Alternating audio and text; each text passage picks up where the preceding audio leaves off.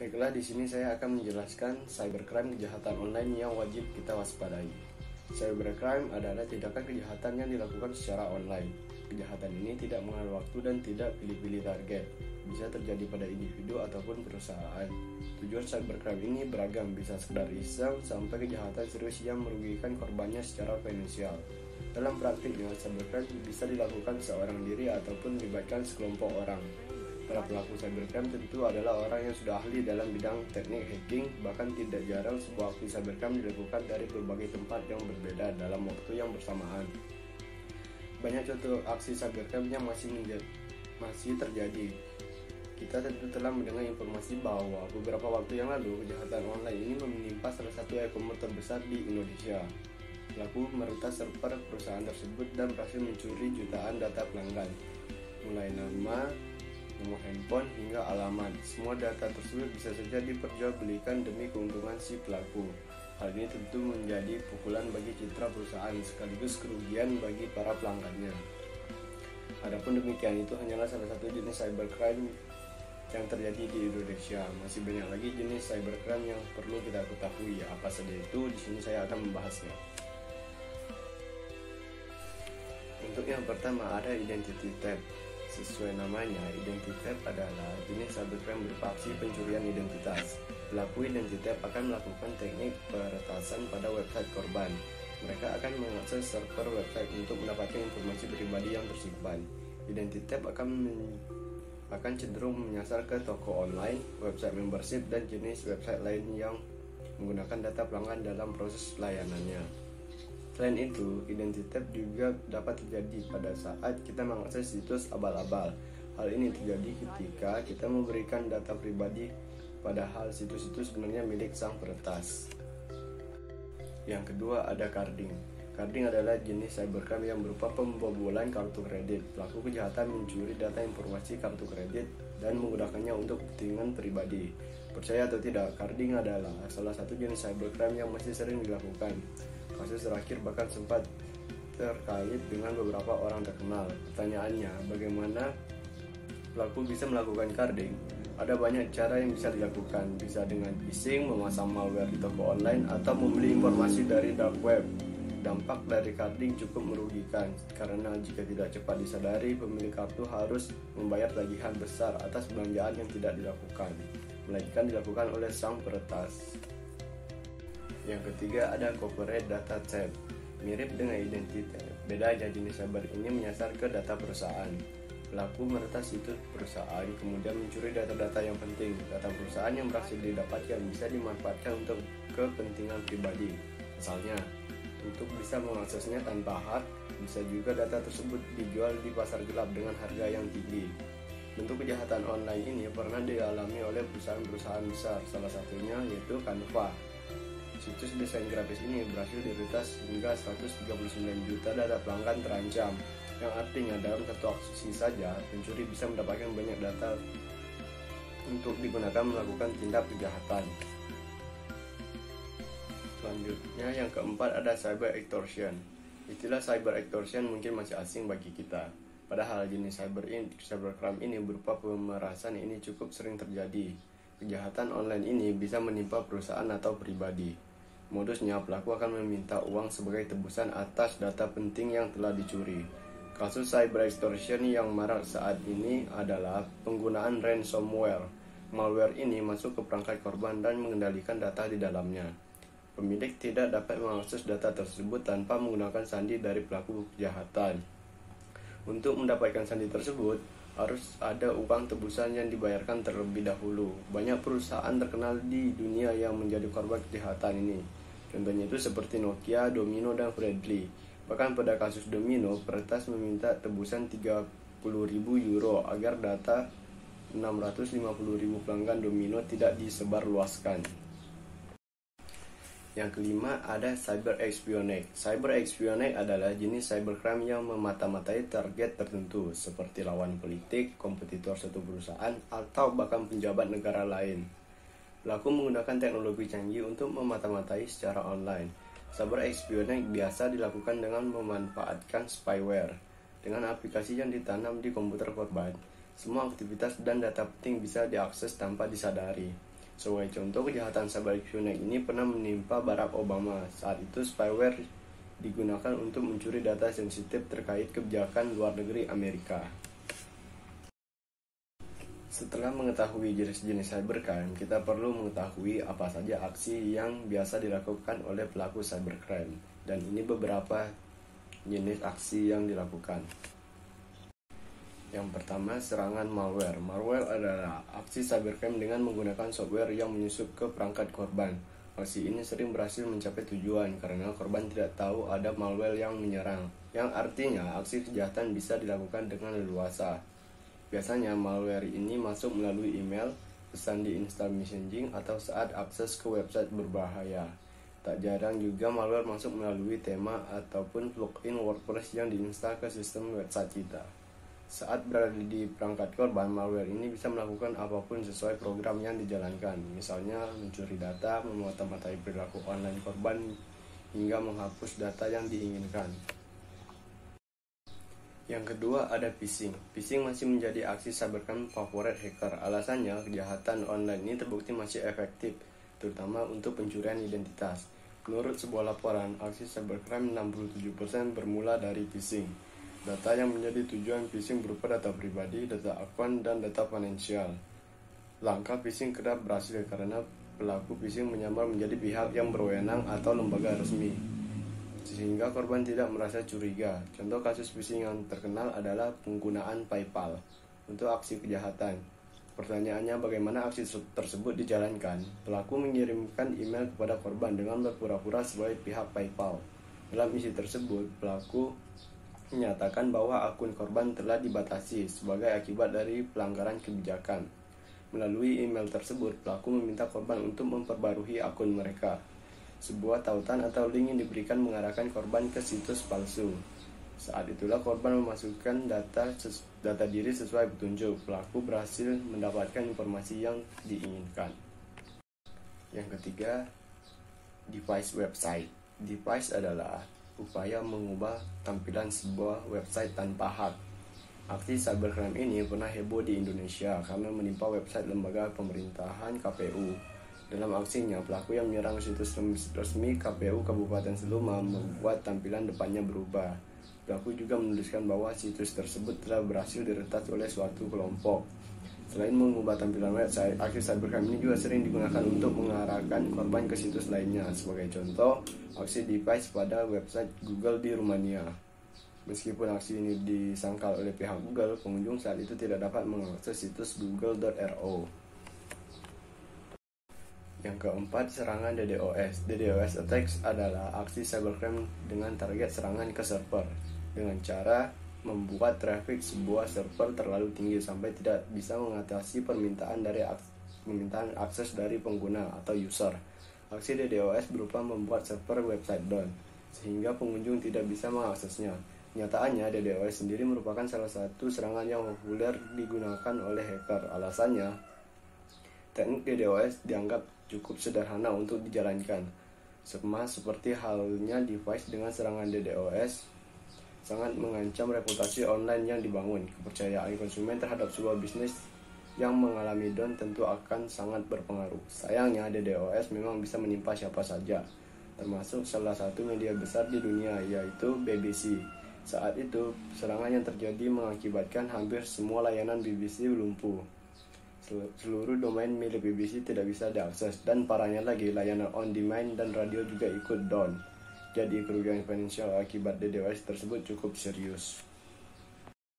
Yang kelima ada hacking. Hacking adalah istilah cybercrime yang cukup umum. Aksi ini dilakukan dengan cara mengakses sistem komputer korban tanpa hak. Pada dasarnya, hacker akan menggunakan keterampilan yang dimiliki untuk melakukan berbagai jenis aksi cybercrime, mulai merusak sistem, mencuri data pribadi, hingga mengekspos data yang diperoleh ke publik. Aksi hacking tidak selamanya bertujuan mendapatkan keuntungan finansial.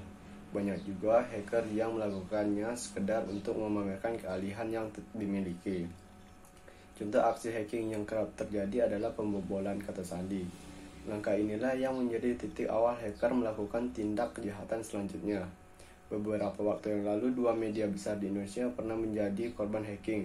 Parahnya lagi, hacker berhasil menembus sistem keamanan website media tersebut dan menghapus beberapa berita yang pernah dimuat. Yang keenam, social engineering. Sepanjang tahun 2019, tercatat sebanyak 2.300 kasus social engineering yang dilaporkan kepada pihak berwajib. Mayoritas kasus yang dilaporkan berujung pada penipuan online.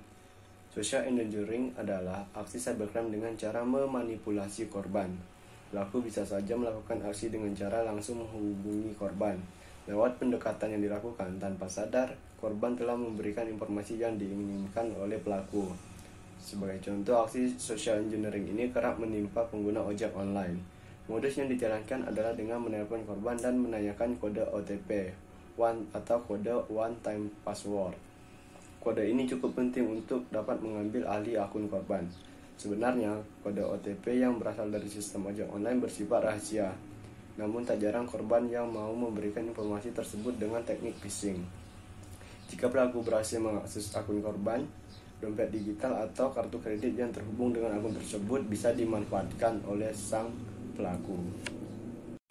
Yang ketujuh, ada exploit kit. Saat ini, pelaku cybercrime semakin cerdik dalam melakukan serangannya.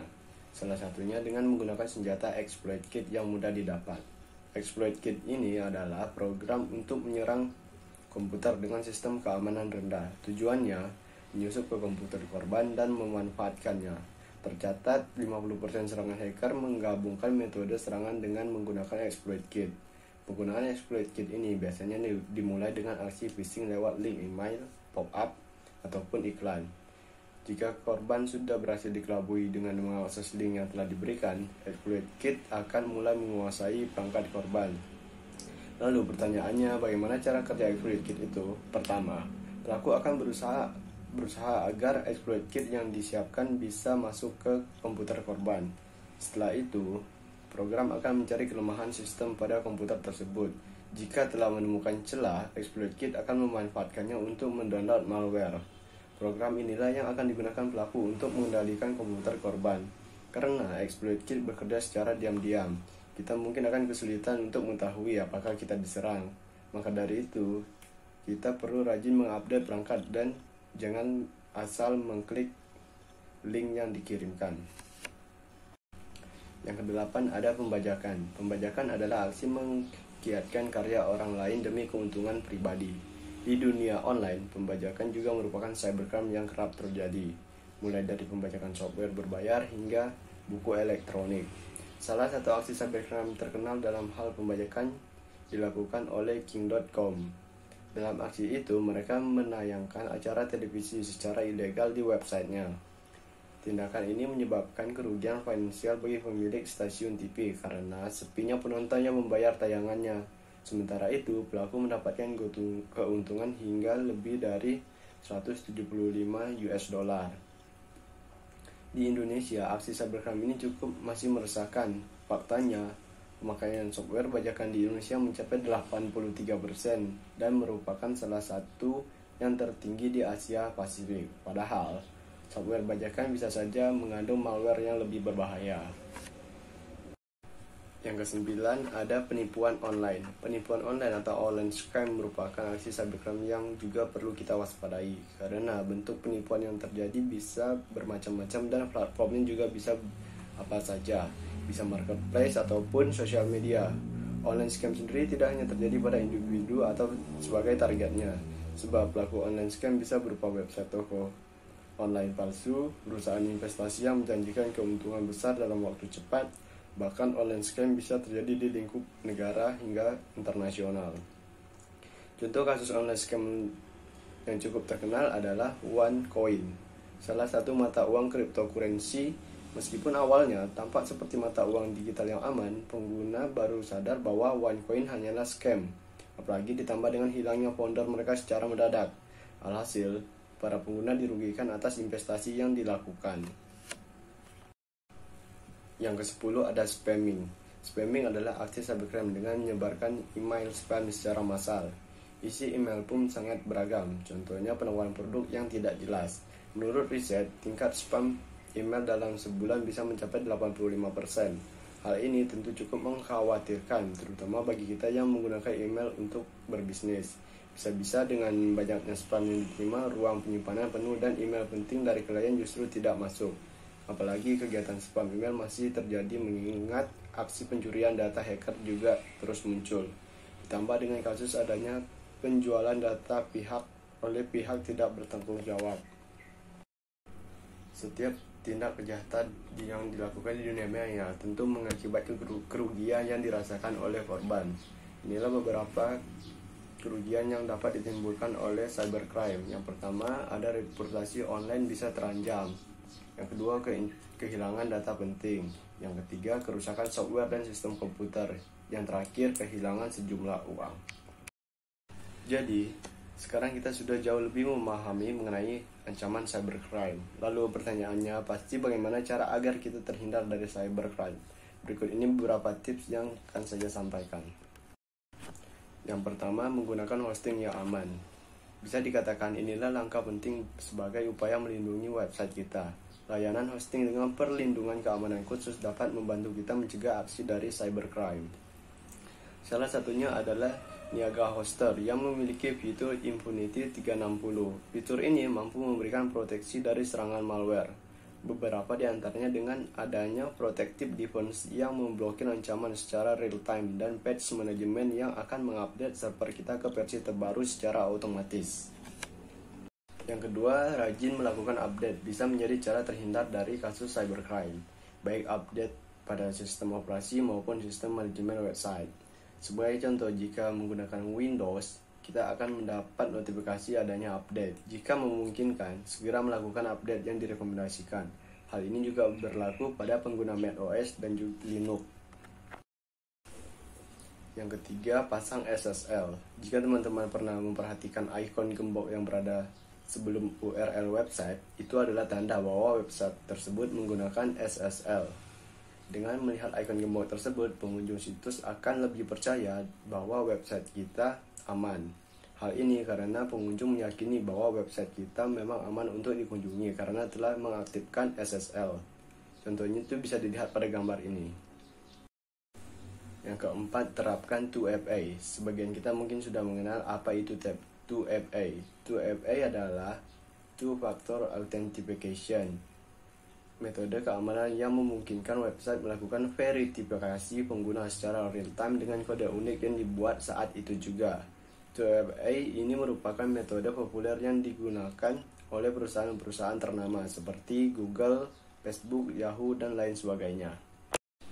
Yang selanjutnya, gunakan password dengan kombinasi angka, huruf, dan juga simbol. Kombinasi password digunakan untuk menghindari serangan dari cybercrime. Jika kita kesusahan mengingat password kombinasi yang dibuat, aplikasi semacam LastPass tentu akan membantu kita untuk menggunakan password yang unik. Yang terakhir, hati-hati dalam membuka email. Email menjadi salah satu media pelaku cybercrime menjalankan aksinya. Pelaku mengirimkan email kepada korban dengan berpura-pura sebagai pihak berwenang. Ada banyak macam isi email yang digunakan untuk melakukan kejahatan online. Salah satunya dengan memberikan link atau tautan yang mengarahkan korban untuk mengkliknya. Jika tidak berhati-hati, kita bisa terperangkap dalam rencana jahat yang sudah dipersiapkan oleh pelaku melalui link tersebut. Bisa jadi akan mendownload aplikasi yang ditutupi oleh malware. Untuk kesimpulannya, kenali cybercrime dan jangan menjadi korbannya. Berbagai jenis cybercrime seperti identity theft, carding, dan cyber extortion tentu membuat kita semakin waspada untuk tidak mudah terjebak pada aksi yang dilakukan oleh para pelaku cybercrime. Seperti yang sudah saya jelaskan, aksi cybercrime bisa terjadi melalui serangan malware, phishing, DDoS website, DDoS attack, dan hacking. Untungnya kita bisa mencegah aksi cybercrime ini terjadi dengan cara melakukan update rutin, memasang SSL, menggunakan password yang unik, dan waspada ketika membuka email. Salah satu hal yang cukup penting untuk mengoptimalkan keamanan website sangat saya sarankan untuk menggunakan layanan WooDomain Indonesia untuk mengamankan data dari domain web kita.